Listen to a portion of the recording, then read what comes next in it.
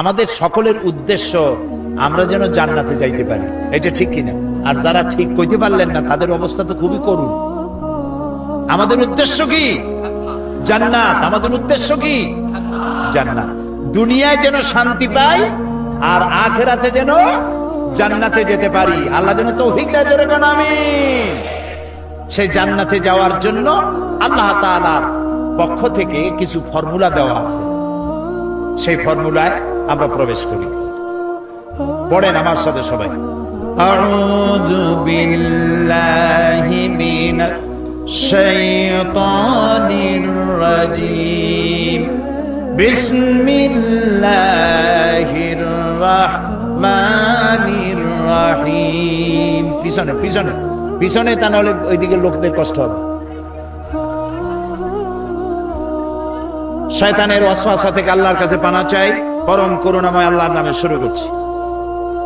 ইন্নাল্লাহা আশতারা মিনাল মুমিনিনা আনফুসাহুম ওয়া আমওয়ালাহুম বিআন্না লাহুমুল জান্নাহ ইউকাতিলুনা ফি সাবিলিল্লাহি ফায়াকতুলুনা ওয়া يقتلون وعدا عليه حقا في التوراة والإنجيل والقرآن ومن أوفى بعهده من الله فاستبشروا ببيعكم الذي بايعتم به وذلك هو الفوز العظيم।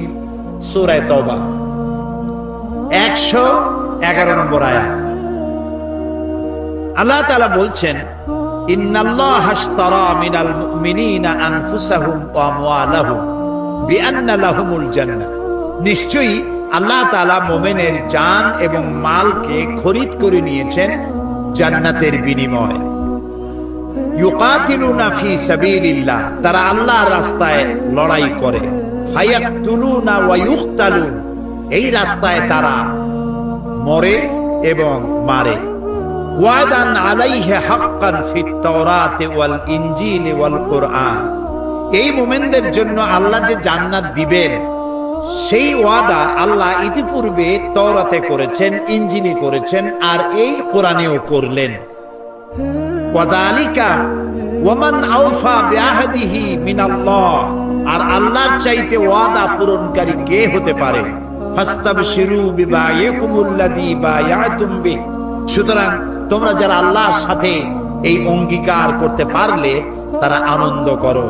এই অঙ্গীকার যে করতে পারলে, আল্লাহর সাথে যে চুক্তিবদ্ধ হতে পারলে, এজন্য আনন্দ করো। ওয়াযালিকা হুয়াল ফাওজুল আযীম, আর এটাই হলো সবথেকে বড় কামিয়াবি। সাদাকাল্লাহুল আযীম, আল্লাহ মহা সত্য বলেছেন। আলহামদুলিল্লাহ বলো। এ হলো তেলাওয়াতকৃত আয়াতের শাব্দিক তরজমা। চলুন ব্যাখ্যায় যাই। আল্লাহ তাআলা বলছেন, ইন্নাল্লাহা আশতারা মিনাল মুমিনিনা আনফুসাহুম ওয়া আমওয়ালাহুম বিআন্না লাহুমুল জান্নাহ, আমি আমার মুমিনের জান এবং মালকে খরিদ করে নিয়েছি। বিনিময় কি দিছি? জান্নাত। কোনো কিছু কেনা বেচা করতে হলে বিনিময় কিছু লাগেই। বিনিময় ছাড়া কেনা বেচা হয় না, ঠিক কিনা বলেন? তা আল্লাহ আমাদের কাছ থেকে কিনতেছেন কি? বলেন তো কি কিনলেন? জান আর মাল। এবার জবাব দেন, জানটা কার? আমার এবং আপনাদের মধ্যে একটা জান আছে কিনা? আমরা আজ মরা না জেতা, আমরা জীবিত মানুষ, তাই না? ভিতরে একটা জান আছে না? জানটা কার? আল্লাহ। আমার যদি কিছু মালটাল থাকে, এই মালটা কার? তাহলে আল্লাহ কি বলতেছেন? আল্লাহ বলতেছেন, আমি আমার মুমিনের জান আর মাল কিনে নিলাম। দুটোই তো আল্লাহ। তা আল্লাহর মাল, আল্লাহর জান তিনি নিজে কিনতেছেন, এর অর্থটা কি? এর ব্যাখ্যাটা কি? ব্যাখ্যাটা হচ্ছে, জান আর মাল তো আল্লাহ, কিছুদিনের জন্য আমাদের কাছে আল্লাহ তাআলা এটাকে আমানত রেখেছেন। আমাদের কাছে এটা কি? আমানত। জান যদিও আমার, আমি দাবি করি, কিন্তু মূলত মালিককে। এই জন্য মানুষ আত্মহত্যা, খোদকুশি করতে পারে না, আত্মহত্যা করতে পারে না, সুইসাইড করতে পারে না। কেন পারে না? আমার আত্মা আমি নষ্ট করবো, তাতে অসুবিধাটা কি? অসুবিধা হলো এই, আত্মা তোমার না, এটা আল্লাহ তাআলা তোমার মধ্যে আমানত রেখেছেন, এটাকে হত্যা করতে তুমি পারো না। যদি কেউ আত্মা হত্যা করে চিরকাল জাহান্নামের ভিতরে থাকতে হবে, বলে নাউযুবিল্লাহ। জীবনের প্রতি বিতৃষ্ণ হয়ে আত্মহত্যা কেউ করতে পারবে না, জায়েজ নাই, কারণ ওটা আল্লাহ। তাহলে আল্লাহ বলছেন আমি আমার মোমেন বান্দার জান নিলাম, মানও নিলাম, কিনে নিলাম, দিলাম জান্নাত। কিনলেনটা কি? এই যে কিনলেন, তিনি কিনেছেন ইচ্ছা। জান আর মাল খরচের ইচ্ছাটা আল্লাহ কিনেছেন। বলেন তো কি কিনেছেন? ইচ্ছা, মর্জি। কিরকম? জানটা তো আল্লাহ। আল্লাহ রাব্বুল আলামিন বলেন আমি আমার মুমিনের জান কিনেছি। তার মানে হলো এই জানটা মুমিন বান্দা তার জানকে আল্লাহর পছন্দনীয় জায়গায় খরচ করতে পারবে না। এমন কোন জায়গায় সে শ্রম দিতে পারবে না, জীবন দিতে পারবে না যেই জায়গায় আল্লাহর রেজামন্দি নাই, আল্লাহ খুশি নয়। আমার জান আছে, মানে এই জান আছে বলে একটা শক্তি আছে। এই শক্তি যে আছে, এই শক্তি আমি অন্য কোথাও আল্লাহর মর্জির বাইরে আমি খরচ করতে পারবো না।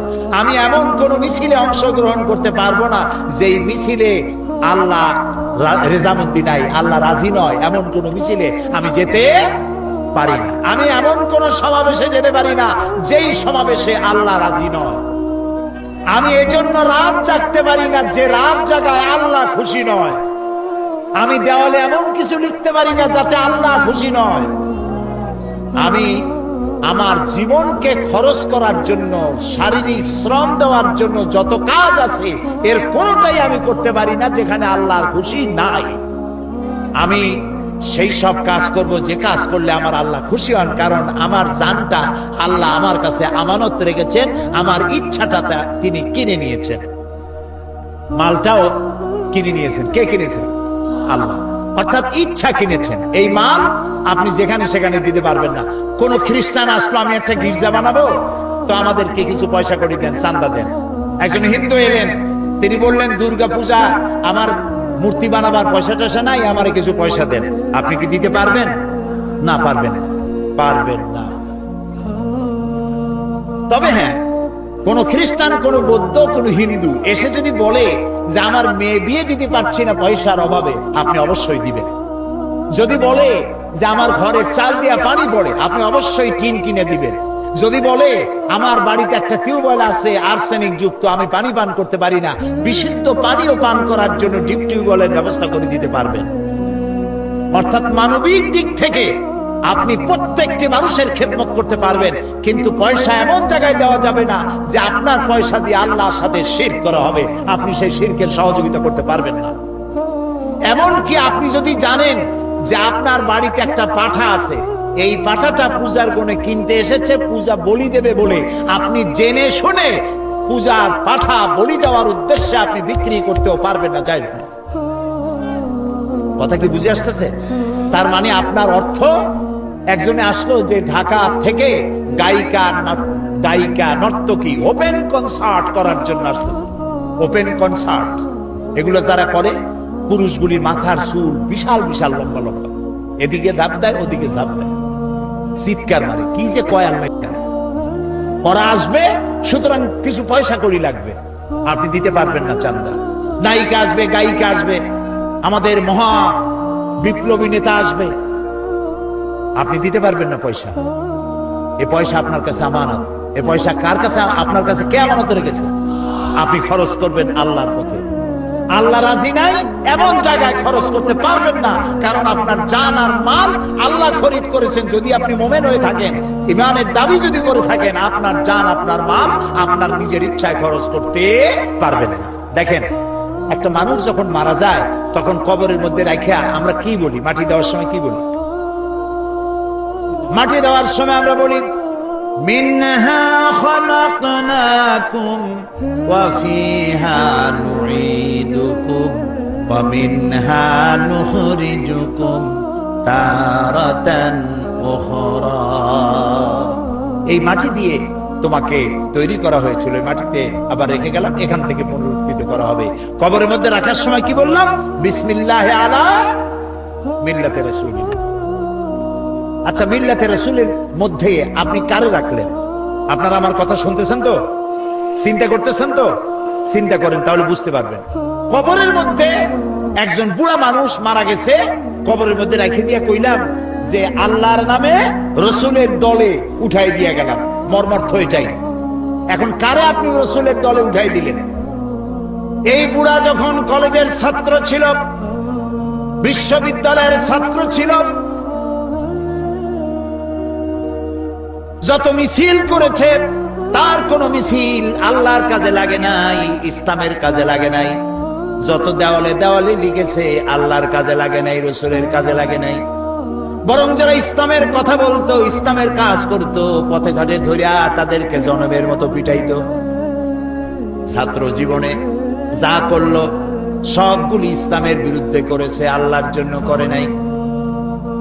সে যদি কবি হয়, যত কবিতা লিখেছে, ফুলের জন্য কবিতা, চাঁদের জন্য কবিতা, মাটির জন্য কবিতা, দেশের জন্য কবিতা, এই সুন্দর করে পৃথিবী যিনি বানালেন তার নামে কবিতা নাই। তিনি যদি সাংবাদিক হন, তার সাংবাদিকতায় ইসলামের শুধু সর্বনাশী হয়েছে, ইসলামের পক্ষে একটা কথাও লেখে নাই। চতুর্দিকে শুধু সাম্প্রদায়িকতা, মৌলবাদ আর মৌলবাদ। ইসলামের পক্ষে লিখতে পারলো না। আহারে, আজকে মনে পড়লো শেখ বেলালের কথা এই মুহূর্তে। বেলাল শূন্য খুলনা আজকে এসেছি।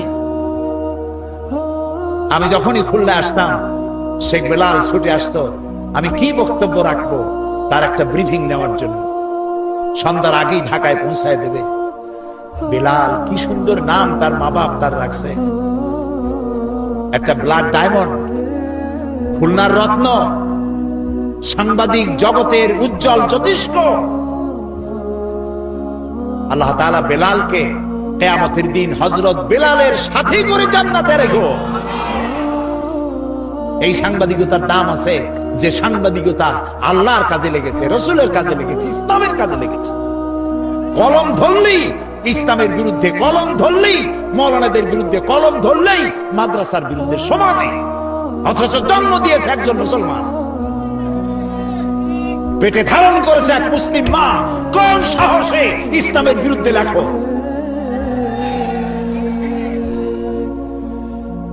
প্রিয় ভাই সব, যে বুড়া মানুষটারে কবরে রাখলেন, ছাত্র জীবনে বিরোধিতা করলো, শিক্ষক জীবনে, কবি জীবনে, সাহিত্যিক জীবনে, রাজনীতিতে যদি এসে থাকে, সে রাজনীতির ময়দানে এসেও ইসলামকে গালি দিয়েছে, আলেমদেরকে গালি দিয়েছে, সব দোষ আলেমদের মাথায় তুলেছে, মাদ্রাসা দায়ী করেছে, ধর্মনিরপেক্ষ মতবাদের আদর্শ নিয়ে চলেছে। ছাত্র জীবন, কৈশোর, যৌবন, বার্ধক্য, সারাটা জীবন ইসলামের সাথে বিরোধিতা করলো। আর মরে যাওয়ার পর 2-4 মৌলবী এসে কোরআন পড়লো, তারপরে কবরে থুইয়া বললে বিসমিল্লাহ আলা মিল্লাতে রাসূলিল্লাহ। এখন তুমি বলো, যেই মানুষটার জীবন যৌবন, তার বুদ্ধি বিবেচনা কোনটাই আল্লাহর কাজে লাগলো না, রসুলের কাজে লাগলো না, জীবিত অবস্থায় মরা দেহ নিয়া রাসূলুল্লাহ কি করবে? আরে, এই কথাগুলি বোঝা কঠিন না সহজ? এই মরা লাশ দিয়ে আল্লাহ কি করবে? ইন্নাল্লাহ আশতারা মিনাল মুমিনিনা আনফুসাহুম ওয়া আমওয়ালাহুম বিআন্না লাহুমুল জান্নাহ। আমি মুমিনের জান মাল খরিদ করে নিয়েছি, বিনিময়ে জান্নাত দিছি, বেহেশত দিছি। এই জন্য জীবন যৌবন আল্লাহর উদ্দেশ্যে নিবেদিত যেই যুবক করতে পারে, ওই যুবকেরই দাম ইসলামের কাছে। যুবকদের ব্যাপারে আল্লাহর নবী বলেছেন, যুবকদের জন্য কিয়ামতের মাঠে আরশের ছায়া ছাড়া কোনো ছায়া যেদিন থাকবে না, 7 শ্রেণীর লোকদেরকে আল্লাহ রাব্বুল আলামিন আরশের নিচে ছায়া দেবে। তার মধ্যে এক শ্রেণী হচ্ছে ওয়াশাবুন নাশা ফি ইবাদাতিল্লাহ। ওই সব যুবক যারা রাত জেগেছে আল্লাহর ইবাদতের মধ্য দিয়ে। সুবহানাল্লাহ বলেন না? রাত জেগে জেগে মদ খাওয়া নয়, রাত জেগে জেগে জুয়া খেলা নয়, রাত জেগে জেগে ব্লু ফিল্ম দেখা নয়, রাত জেগে জেগে কলেজে বিশ্ববিদ্যালয় ইসলামের কথা যারা বলে তাদেরকে পেটানোর জন্য নয়। মুসলমান হও। এইসব যুবকেরা জায়গা পাবে কিয়ামতে কোন জায়গায়? আরশের নিচে। সুবহানাল্লাহ। রাসূলুল্লাহ বলেছেন, উসিকুম বিশ-শাবাবি খায়রা ফাইন্নাহুম আরাক্তু আফিদা লাকাদ বাসানি আল্লাহু বিল হানাফিয়্যাতি সামহা ফাখালাফানি আশ-শুয়ুখ ওয়া হালাফানি আশ-শাবাব। সাদাকান নবী সাল্লাল্লাহু আলাইহি ওয়াসাল্লাম। রাসূলুল্লাহ বলেছেন, উসিকুম বিশ-শাবাবি খায়রা, আমি তোমাদেরকে উপদেশ দিচ্ছি তোমরা যেন যুবকদের কল্যাণকামী হইও। কারণ যুবকেরা তাদের হৃদয় কোমল, আর আল্লাহ তাআলা আমাকে সত্য দিন প্রতিষ্ঠার জন্য উদারতার সহকারে আমাকে পাঠিয়েছেন। এই দিনকে প্রতিষ্ঠার জন্য আমাকে সহযোগিতা করেছে যুবকেরা, আর বিরোধিতা করেছে বুড়োরা। কে বলেছে? আল্লাহ রাসূল। বিরোধিতা কারা করছে? বুড়োরা। আর সহযোগিতা করেছে যুবকেরা। সুবহানাল্লাহ বলবেন না? দেখেন না তাকায় মাহফিলের মধ্যে কারা বেশি? বুড়ো বেশি না যুবক বেশি? কারা বেশি? আলহামদুলিল্লাহ। শুধু খুলনায় নয়, সব জায়গায় যুবকদের ঢল নামে। আর এটাই হলো বামপন্থী ধর্মনিরপেক্ষবাদীদের কলিজার জ্বালা। তাফসীরের মাহফিলের সাথে এজন্যই শত্রুতা। গত 5 বছর কি জ্বালান জ্বালাইছে আমারে। যেখানে গেছি সেইখানে হরতাল, যেখানে গিয়েছি সেখানে 144 ধারা। আল্লাহ রহমতে সরকার দিয়েছে 144 ধারা, জনগণ 288 বানাইতেছে সব জায়গায়। একটা মাহফিলও বন্ধ করতে পারেনি। আলহামদুলিল্লাহ। ওদের ধারণা কোরআন শুনলে সর্বনাশ। লা তাসমাউ লিহাদাল কোরআন, কোরআন শুনো না, ওয়ালগাউ ফি, কোরআন শুনবা না, আর কোরআন যেখানে আলোচনা হয় সেখানে ডিস্টার্ব করো, সন্ত্রাস করো, যাতে ভয়তে মানুষ না যায়। তাহলে তোমরা জিততে পারবা। এই যত বাধা দিছে লোক তত বেশি হয়েছে। সুবহানাল্লাহ বলো, আলহামদুলিল্লাহ বলো। ওদের সব থেকে বড় লস, তারা ধারণা করে এত কষ্ট করে যুবক পোলাপান ট্রেনিং দিয়া, পয়সা দিয়া, মদ দিয়া, নারী দিয়া, ব্লু ফিল্ম দিয়া এত কিছু করলাম, একটা মাহফিলের ওয়াজ শুনিয়া সব তো আমাদের পুকুরে জিয়ানো মাছগুলি সব চলে গেল ইসলামের পুকুরে। Heavy loss, heavy loss. Loss তোমাদের হবে। মুতু বিগাইজিকুম, তোমাদের লস হতেই থাকবে। ইসলামের পাল্লা ভারী হবে ইনশাআল্লাহ। বলেন ইনশাআল্লাহ। ইনশাআল্লাহ। প্রিয় ভাই সব, সুতরাং যুবকদের জন্য আল্লাহ খুশি, যুবকদের প্রতি রাসূলুল্লাহ খুশি। ওই সব যুবক যারা রাত জেগেছে আল্লাহর ইবাদতের মধ্য দিয়ে। সুবহানাল্লাহ। কারণ বুড়া বয়সে মানুষ তো করবে কি? রাত্রে ঘুম আসে না, তখন তো জাগবেই। আর যৌবন বয়সে ঘুম আসে খালি। সেই ঘুমটারে বাদ দিয়া যদি তাহাজ্জুদের নামাজ পড়ে আল্লাহ খুশি হয়ে যায়। সুবহানাল্লাহ। এই জন্য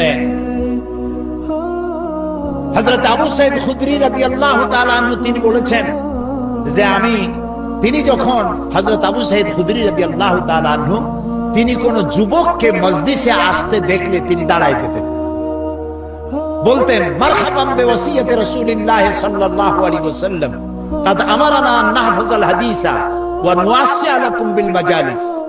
তিনি বলতেন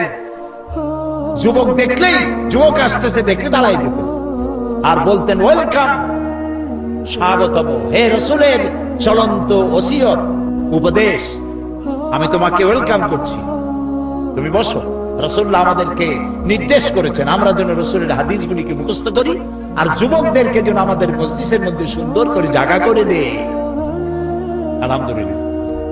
প্রিয় ভাই সব, সুতরাং একজন মুসলমান তার জীবন যৌবন সবটা কাটাবে ইসলামের পথে। কার পথে? যদি বলেন কার পথে? ইসলামের পথে। যেখানে ইসলাম সেখানে আমি, যেখানে ইসলাম নাই আমি নাই। তাহলেই মুসলমান হওয়া যায়। এজন্য আল্লাহ রাব্বুল আলামিন বলেন ইন্নাল্লাহা আশতারা মিনাল মুমিনিনা আনফুসাহুম ওয়া আমওয়ালাহুম বিআন্না লাহুমুল জান্নাহ। আল্লাহ তাআলা বলেন আমি আমার মুমিনের জান এবং মালকে খরিদ করেছি, বিনিময়ে তাকে আমি জান্নাত দান করে দিয়েছি। আল্লাহ তাআলা বলেন এরা হচ্ছে সেই সব মুমিন যারা আল্লাহর রাস্তায় লড়াই করে। আল্লাযীনা আমানু ইউকাতিলুনা ফি সাবিলিল্লাহ, যারা ঈমানদার তারা লড়াই করে আল্লাহর পথে। ওয়াল্লাযীনা কাফারু ইউকাতিলুনা ফি সাবিলিত তাগুত, আর যারা নাকি কাফের তারাই লড়াই করে মানুষের তৈরি করা আইন প্রতিষ্ঠার জন্য। কে বলতেছেন? কে বলতেছেন? সুতরাং সকলকে মনে রাখতে হবে, আর যারাই উপস্থিত হয়েছেন যিনি যাই করেন মনে রাখতে হবে ইসলামের বাইরে যা সব জাহালা, অজ্ঞতা, মূর্খতা,